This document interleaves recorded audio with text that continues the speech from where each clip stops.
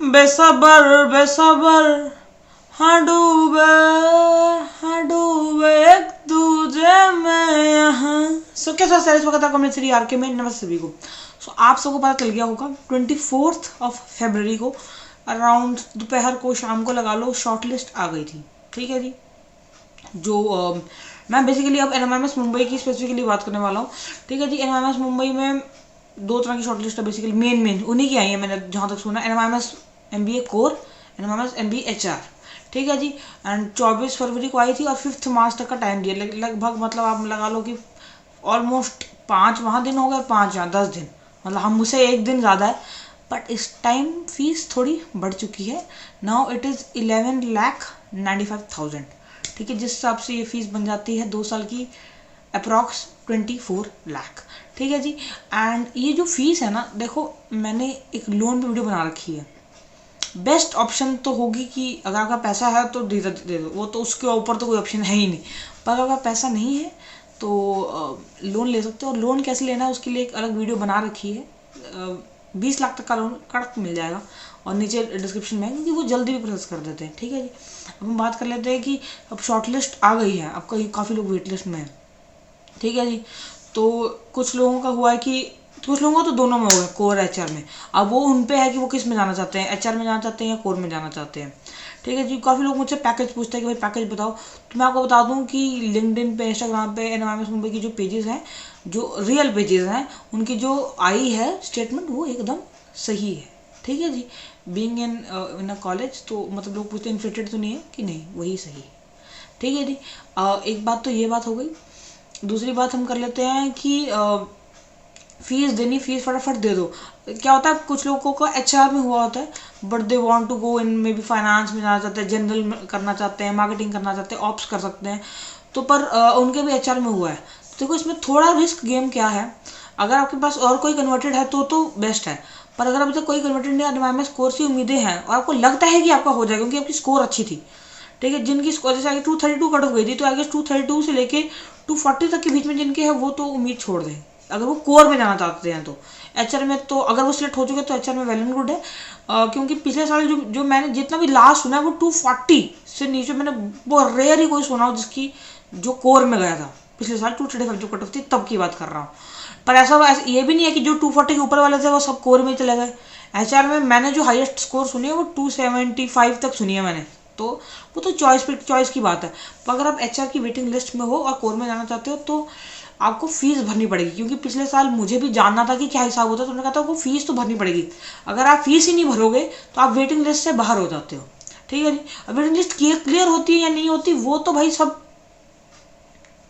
भगवान के हाथ में है या फिर एनएमएमएस के हाथ में है, क्योंकि वेटिंग लिस्ट क्लियर होती है या नहीं होती है।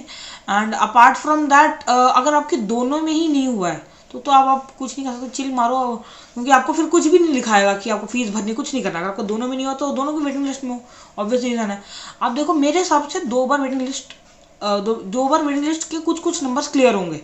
एक कब, जब सब पैसे नहीं भरेंगे। अब एग्जाम्पल कोई एनएमएमएस में उसका शायद आईएम बेंगलोर में हुआ, आईएम कोझिकोड में हुआ हो, किसी में भी हुआ हो सकता है, बस for the sake of conversion लोग कभी कभी करते हैं ये चीज़ें।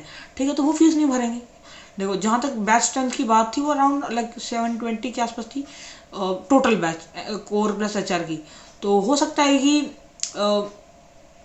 720 को ही आई हो। और आप मान लो कि एग्जाम्पल 720 में से एग्जाम्पल ले लो कि एग्जाम्पल 120 लोग नहीं ज्वाइन करते, तो वो 120 सीट्स खाली हो जाएंगी।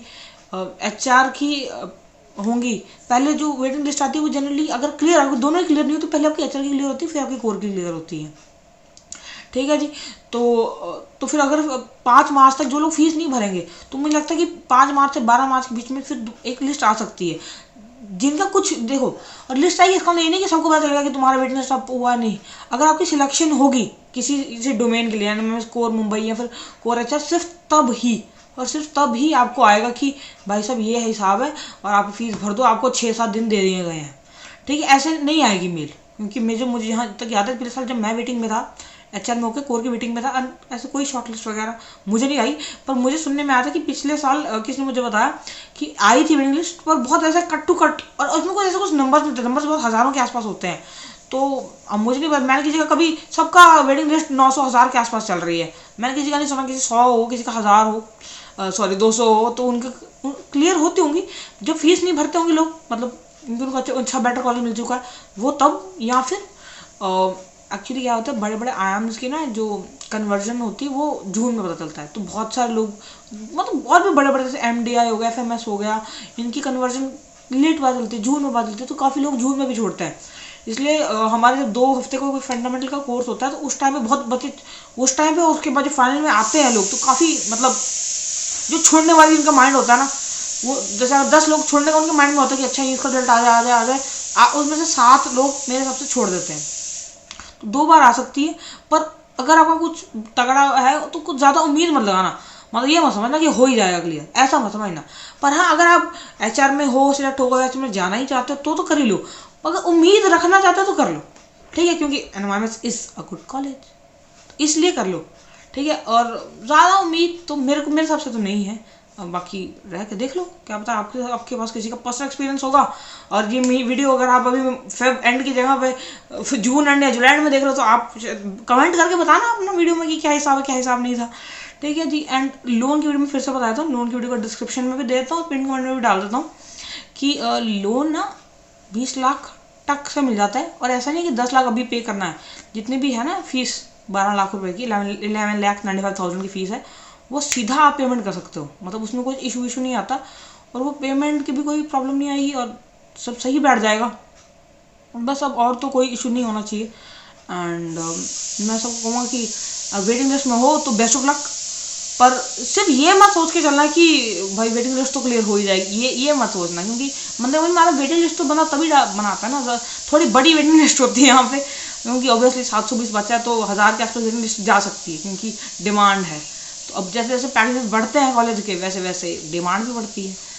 बस सही है, short and sweet. And loan की वीडियो को डिस्क्रिप्शन में दिख जाएगी। और कोई अगर ग्रेट लेक्स की तैयारी कर रहे हो, या फिर IIMT का कोई इंटरव्यू नहीं हुआ, या IIMT का कुछ है, तो नीचे ज्वाइन का बटन दिखेगा, वो दबा देना। एक छोटी सी membership fee and you get all the interview experiences which I got. And मैंने ग्रेट लेक्स कन्वर्ट किया था चेन्नई PGPM, ठीक है जी। और इस साल उनका बहुत अच्छा गया है, उनका भी बहुत अच्छा गया है। एवरेज पैकेज जो अभी जस्ट निकल के आया, मैंने सुना है 18 के आसपास गया था। एंड IIMT का गाजियाबाद का नहीं क्लियर हुआ था मेरा, हैदराबाद नागपुर का क्लियर हुआ था। एंड तापनी का तो आपको मैंने वीडियो अलग से बनाई दी है कि वेटिंग लिस्ट बन गई थी एंड नंबर घटते जा रहे थे। अगर आपको वीडियो ये अच्छी लगी तो वीडियो को लाइक कर देना, शेयर करके, कमेंट करके, सब्सक्राइब करके बेल आइकन को हिट कर देना। नमस्ते।